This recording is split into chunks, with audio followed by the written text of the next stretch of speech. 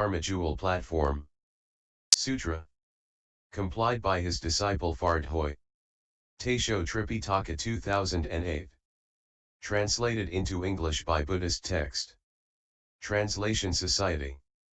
Chapter 1, Action and Intention. At one time the great master arrived at Bolarm. Magistrate Wei Chu of Silza and other local officials climbed the mountain and invited the master to come into the city to the lecture hall of the Ta Fan temple to speak the Dharma to the assembly. When the master had taken his seat, the magistrate, and over 30 other officials, more than 30 Confucian scholars, and more than 1,000 Bhikshus, Bhikshunis, Taoists, and laypeople, all made obeisance at the same time, wishing to hear the essentials of Dharma. The great master said to the assembly, "Good knowing advisors, the self-nature of Bodhi is originally clear and pure. Simply use that mind, and you will straightway accomplish Buddhahood.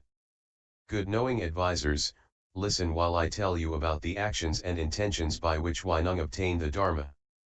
Whai-Nung's stern father was originally from Whai-Nung. He was banished to Sun Za in Lingnarm, where he became a commoner. Unfortunately, his father soon died, and his aging mother was left alone. They moved to Nanhai and, poor and in bitter straits, Whai-Nung sold wood in the marketplace. Once a customer bought firewood and ordered it delivered to his shop. When the delivery had been made, and Whai-Nung had received the money, he went outside the gate, where he noticed a customer reciting a sutra. Upon once hearing the words of the sutra, one should produce that thought which is nowhere supported. Whai-Nung's mind immediately opened to enlightenment. Thereupon he asked the customer what sutra he was reciting. The customer replied, "The Diamond Sutra." Then again he asked, "Where do you come from, and why do you recite the sutra?" The customer said, "I come from Tung Chen Monastery in Tarmza, Whai-Nung Province. There the Fifth Patriarch, the great master Hung Gen dwells, teaching over 1,000 disciples. I went there to make obeisance and heard and received the sutra. The great master constantly exhorts the Sangha and laity only to uphold the Diamond Sutra. Then, they may see their own nature and straightway achieve Buddhahood." Whai-Nung heard this and desired to go and seek the Dharma, but he recalled that his mother had no support. From past lives there were karmic conditions which led another man to give Whai-Nung a pound of silver, so that he could provide clothing and food for his aging mother. The man instructed him further to go to Whai-Nung to call upon and bow to the Fifth Patriarch. After Whai-Nung had made arrangements for his mother's welfare, he took his leave. In less than 30 days he arrived at Whai-Nung and made obeisance to the Fifth Patriarch, who asked him, "Where are you from and what do you seek?" Whai-Nung replied, "Your disciple is a commoner from Sun Za in Lingnarm and comes from afar to bow to the master, seeking only to be a Buddha, and nothing else." The Patriarch said, "You are from Lingnarm and are therefore a barbarian, so how can you become a Buddha?"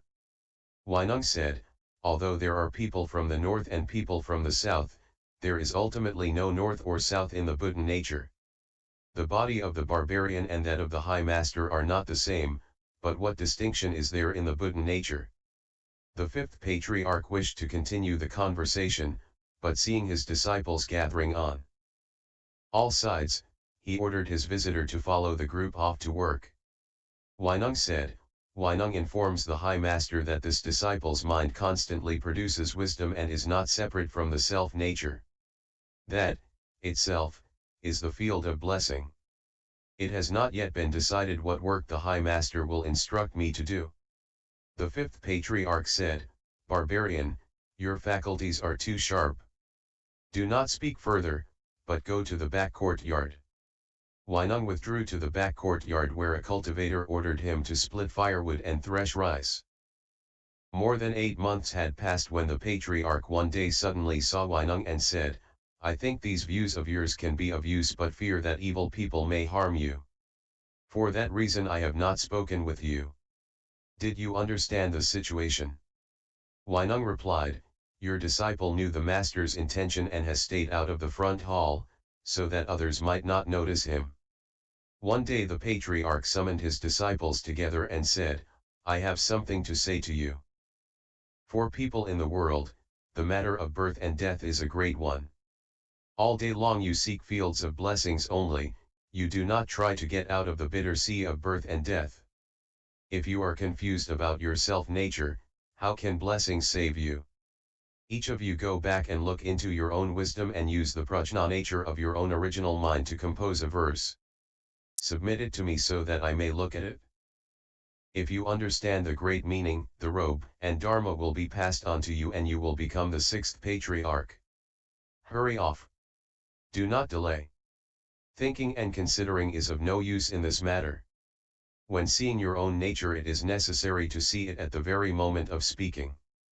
One who does that perceives as does one who wields a sword in the height of battle. The assembly received this order and withdrew, saying to one another, we of the assembly do not need to clear our minds and use our intellect to compose a verse to submit to the High Master. What use would there be in this? Sun Tzu is our senior instructor and teaching transmitter. Certainly he should be the one to obtain it. It would be not only improper for us to compose a verse, but a waste of effort as well. Hearing this, everyone put his mind to rest, and said, henceforth, we will rely on Master Sun Tzu. Why vex ourselves writing verses? Sun Tzu then thought, the others are not submitting verses because I am their teaching transmitter. I must compose a verse and submit it to the High Master. If I do not submit a verse, how will the High Master know whether the views and understanding in my mind are deep or shallow? If my intention in submitting the verse is to seek the Dharma, that is good. But if it is to grasp the patriarchate, that is bad, for how would that be different from the mind of a common person coveting the holy position? But, if I do not submit a verse, in the end I will not obtain the Dharma. This is a terrible difficulty. In front of the Fifth Patriarch's hall were 3 corridors. Their walls were to be frescoed by court artist Liu Chen with stories from the Lankavatara Sutra and with pictures portraying in detail the lives of the 5 patriarchs, so that the patriarchs might be venerated by future generations. After composing his verse, Sun Tzu made several attempts to submit it. But whenever he reached the front hall, his mind became agitated and distraught, and his entire body became covered with perspiration. He did not dare submit it, although in the course of 4 days he made 13 attempts. Then he thought, this is not as good as writing it on the wall so that the High Master might see it suddenly. If he says it is good, I will come forward, bow, and say, see you did it. If it does not pass, then I have spent my years on this mountain in vain, receiving veneration from others. And as to further cultivation, what can I say? That night, in the 3rd watch, holding a candle, he secretly wrote the verse on the wall of the south corridor, to show what his mind had seen. Verse. The body is a Bodhi tree. The mind like a bright mirror stand. Time and again brush it clean. And let no dust alight. After writing this verse, Sun Tzu returned to his room, and the others did not know what he had done. Then he thought, if the 5th Patriarch sees the verse tomorrow and is pleased, it will mean that I have an affinity with the Dharma. If he says that it does not pass, it will mean that I am confused by heavy karmic obstacles from past lives, and that I am not fit to obtain the Dharma. It is difficult to fathom the sage's intentions. In his room he thought it over and could not sit or sleep peacefully right through to the 5th watch. The patriarch already knew that Sun Tzu had not yet entered the gate and seen his own nature. At daybreak, the patriarch called court artist Liu Chen to fresco the wall of the south corridor. Suddenly he saw the verse and said to the court artist, there is no need to paint.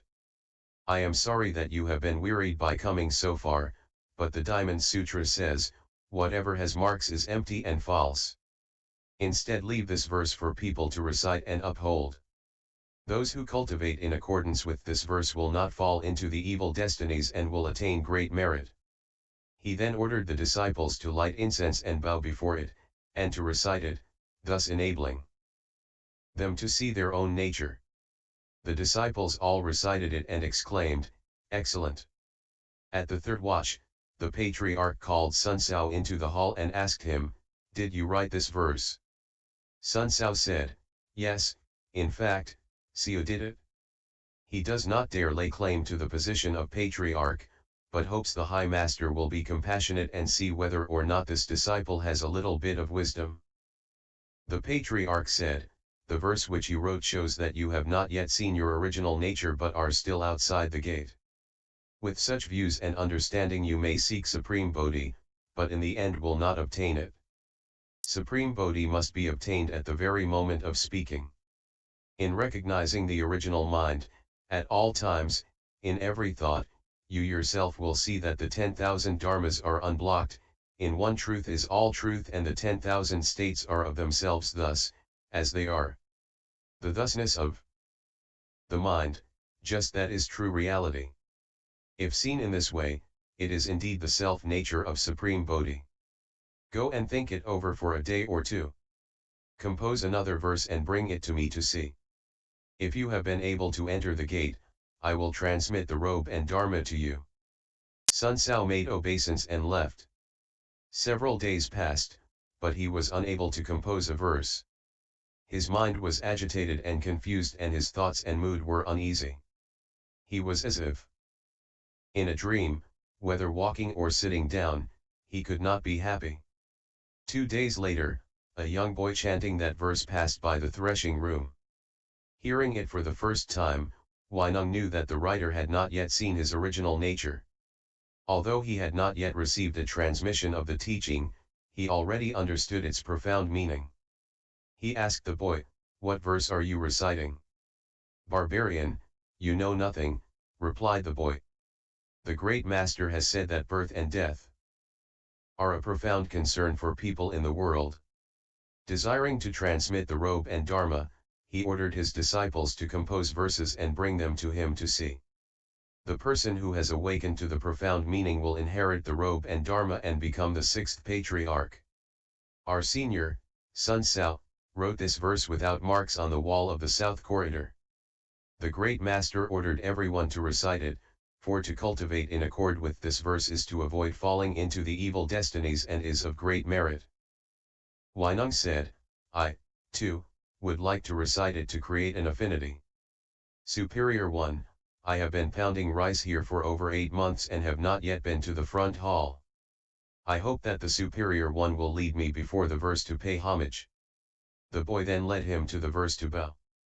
Whai-Nung said, "Whai-Nung cannot read. Please, superior one, read it to me." Then an official from Changzhou, named Chang Ji-young, read it loudly. After hearing it, Whai-Nung said, "I, too, have a verse. Will the official please write it for me?" The official replied, "You, too, can write a verse? That is strange." Whai-Nung said to the official, "If you wish to study the Supreme Bodhi, do not slight the beginner. The lowest people may have the highest wisdom, the highest people may have the least wisdom. If you slight others, you create limitless, unbounded offenses." The official said, "Recite your verse and I will write it out for you. If you obtain the Dharma you must take me across first. Do not forget these words." Whai-Nung's verse reads, "Originally Bodhi has no tree. The bright mirror has no stand. Originally there is not a single thing. Where can dust alight?" When this verse had been written, the followers all were startled and without exception cried out to one another, "Strange indeed. One cannot judge a person by his appearance. How can it be that, after so little time, he has become a bodhisattva in the flesh?" The fifth patriarch saw the astonished assembly and feared that they might become dangerous. Accordingly, he erased the verse with his shoe saying, "This one, too, has not yet seen his nature." The assembly agreed. The next day the patriarch secretly came to the threshing floor where he saw Whai-Nung pounding rice with a stone tied around his waist, and he said, "A seeker of the way would forget his very life for the Dharma. Is this not the case?" Then the fifth patriarch asked, "Is the rice ready?" Whai-Nung replied, "The rice has long been ready. It is now waiting only for the sieve." The patriarch rapped the pestle 3 times with his staff and left. Whai-Nung then knew the patriarch's intention, and at the third watch he went into the patriarch's room. The patriarch covered them with his precept sash so they could not be seen, and he explained the Diamond Sutra for him down to the line, "One should produce a thought that is nowhere supported." At the moment he heard those words, Whai-Nung experienced the great enlightenment, and he knew that all the 10,000 dharmas are not separate from the self-nature. He said to the patriarch, "How unexpected! The self-nature is originally pure in itself." "How unexpected! The self-nature is originally neither produced nor destroyed." "How unexpected! The self-nature is originally complete in itself." "How unexpected! The self-nature is originally without movement." "How unexpected! The self-nature can produce the 10,000 dharmas." The fifth patriarch knew of Whai-Nung's enlightenment to his original nature and said to him, "Studying the Dharma without recognizing the original mind is of no benefit. If one recognizes one's own original mind and sees one's original nature, then one is called a great hero, a teacher of gods and humans, a Buddha." He received the Dharma in the third watch and no one knew about it. The fifth patriarch also transmitted the sudden teaching and the robe and bowl, saying, "You are the sixth patriarch. Protect yourself carefully. Take living beings across by every method and spread the teaching for the sake of those who will live in the future. Do not let it be cut off. Listen to my verse. With feeling comes the planting of the seed. Because of the ground, the fruit is born again. Without feeling there is no seed at all. Without that nature there is no birth either." The patriarch further said, "In the past, when the first patriarch Great Master Bodhidharma first came to this land and people did not believe in him yet, he transmitted this robe as a symbol of faith to be handed down from generation to generation. The Dharma is transmitted from mind to mind, leading everyone to self-awakening and self-enlightenment. From ancient times, Buddha only transmits the original substance to Buddha, Master secretly transmits the original mind to Master. Since the robe is a source of contention, it should stop with you. Do not transmit it, for if you do, your life will hang by a thread. You must go quickly, for I fear that people might harm you." Whai-Nung asked, "Where shall I go?" The patriarch replied, "Stop at Huai and hide at Huai." Whai-Nung received the robe and bowl in the third watch. He said, "Whai-Nung is a southerner and does not know these mountain roads. How does one reach the mouth of the river?" The fifth patriarch said, "You need not worry. I will accompany you." The fifth patriarch escorted him to the Chiu Chiang courier station and ordered him to board a boat. The fifth patriarch took up the oars and rowed. Whai-Nung said, "Please, High Master, sit down. It is fitting that your disciple take the oars." The patriarch replied, "It is fitting that I take you across." Whai-Nung said, "When someone is deluded, his master takes him across, but when he is enlightened, he takes himself across." Although the term taking across is the same in each case, the function is not the same. Whai-Nung was born in the frontier regions and his pronunciation is incorrect, yet he has received the Dharma transmission from the Master. Now that enlightenment has been attained, it is only fitting that he take his own nature across. The patriarch replied, "So it is, so it is. Hereafter, because of you, the Buddha Dharma will be widely practiced. 3 years after your departure I will leave this world. Start on your journey now and go south as fast as possible. Do not speak too soon, for the Buddha Dharma arises from difficulty." After Whai-Nung took leave of the patriarch, he set out on foot for the south. In 2 months he reached the Tayu Mountains.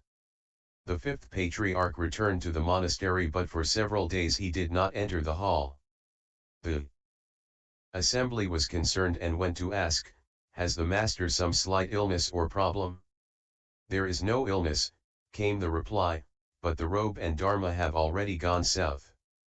Who received the transmission, they asked. The able one obtained it, said the patriarch. The assembly then understood, and soon several hundred people took up pursuit, all hoping to steal the robe and bowl.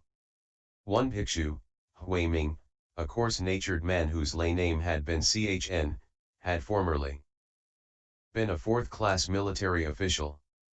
He was intent in his search and ahead of the others. When he had almost caught up with Whai-Nung, the latter tossed the robe and bowl onto a rock, saying, "This robe and bowl are tokens of faith.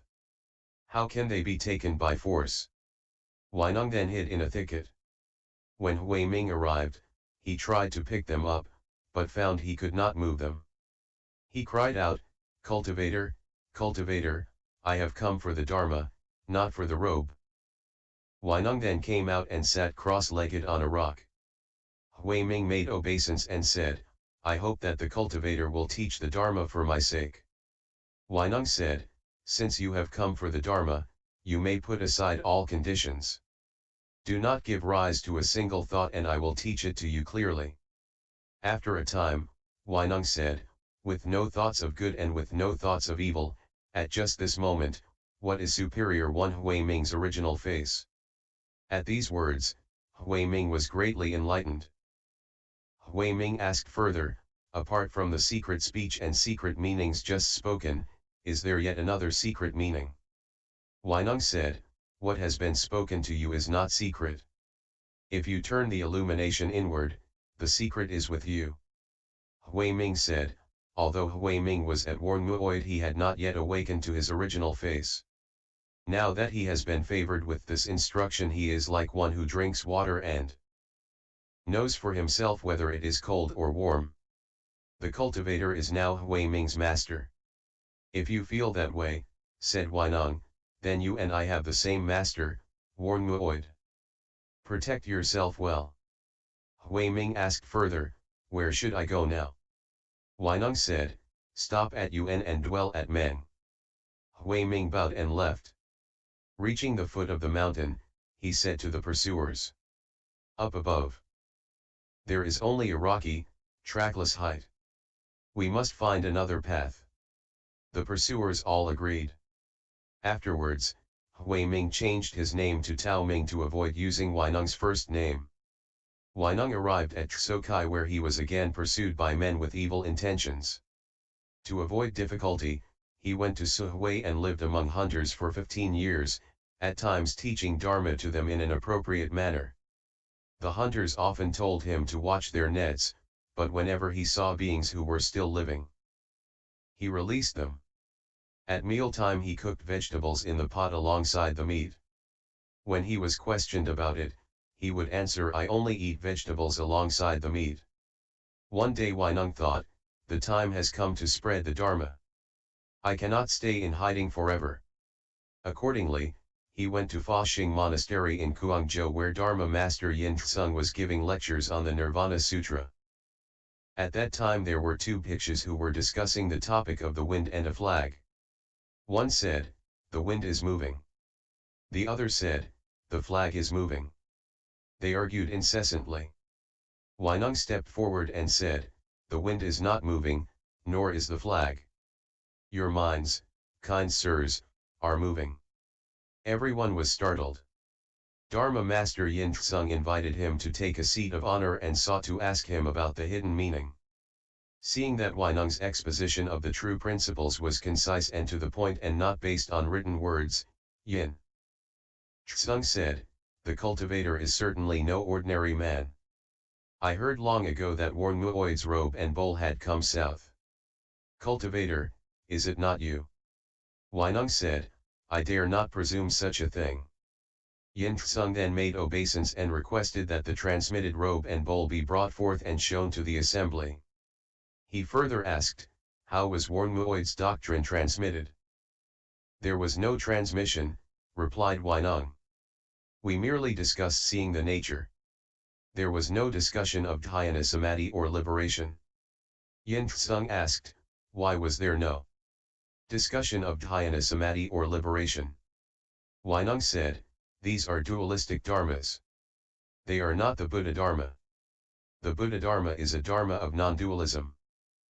Yin Tsung asked further, what is this Buddha Dharma which is the Dharma of non-dualism? Whai-Nung said, the Dharma master has been lecturing the Nirvana Sutra which says that to understand the Buddha nature is the Buddha Dharma which is the Dharma of non-dualism. As Khao Kite Wang Bodhisattva said to the Buddha, does violating the 4 serious prohibitions, committing the 5 rebellious acts, or being an ekantaka and the like cut off the good roots and the Buddha nature? The Buddha replied, there are 2 kinds of good roots, the first, permanent, the second impermanent. The Buddha nature is neither permanent nor impermanent. Therefore it is not cut off. That is what is meant by non-dualistic. The first is good and the second is not good. The Buddha nature is neither good nor bad. That is what is meant by non-dualistic. Common people think of the heaps and realms as dualistic. The wise man comprehends that they are non-dualistic. In nature, the non-dualistic nature is the Buddha nature. Hearing this explanation, Yin Tsung was delighted. He joined his palms and said, my explanation of sutras is like broken tile, whereas your discussion of the meaning, kind sir, is like pure gold. He then shaved Whai-Nung's head and asked Whai-Nung to be his master. Accordingly, under that Bodhi tree, Whai-Nung explained the Tung-Shan Dharma door. Whai-Nung obtained the Dharma at Tung-Shan and has undergone much suffering, his life hanging as if by a thread. Today, in this gathering of the magistrate and officials, of bhikshus, bhikshunis, Taoists, and laymen, there is not one of you who is not here because of accumulated ages of karmic conditions. Because in past lives you have made offerings to the Buddhas and planted good roots in common, you now have the opportunity to hear the sudden teaching, which is a cause of obtaining the Dharma. This teaching has been handed down by former sages, it is not Whai-Nung's own wisdom. You who wish to hear the teaching of the former sages should first purify your minds. After hearing it, cast aside your doubts, and that way you will be no different from the sages of the past. Hearing this Dharma, the entire assembly was delighted, made obeisance, and withdrew. End PFS 001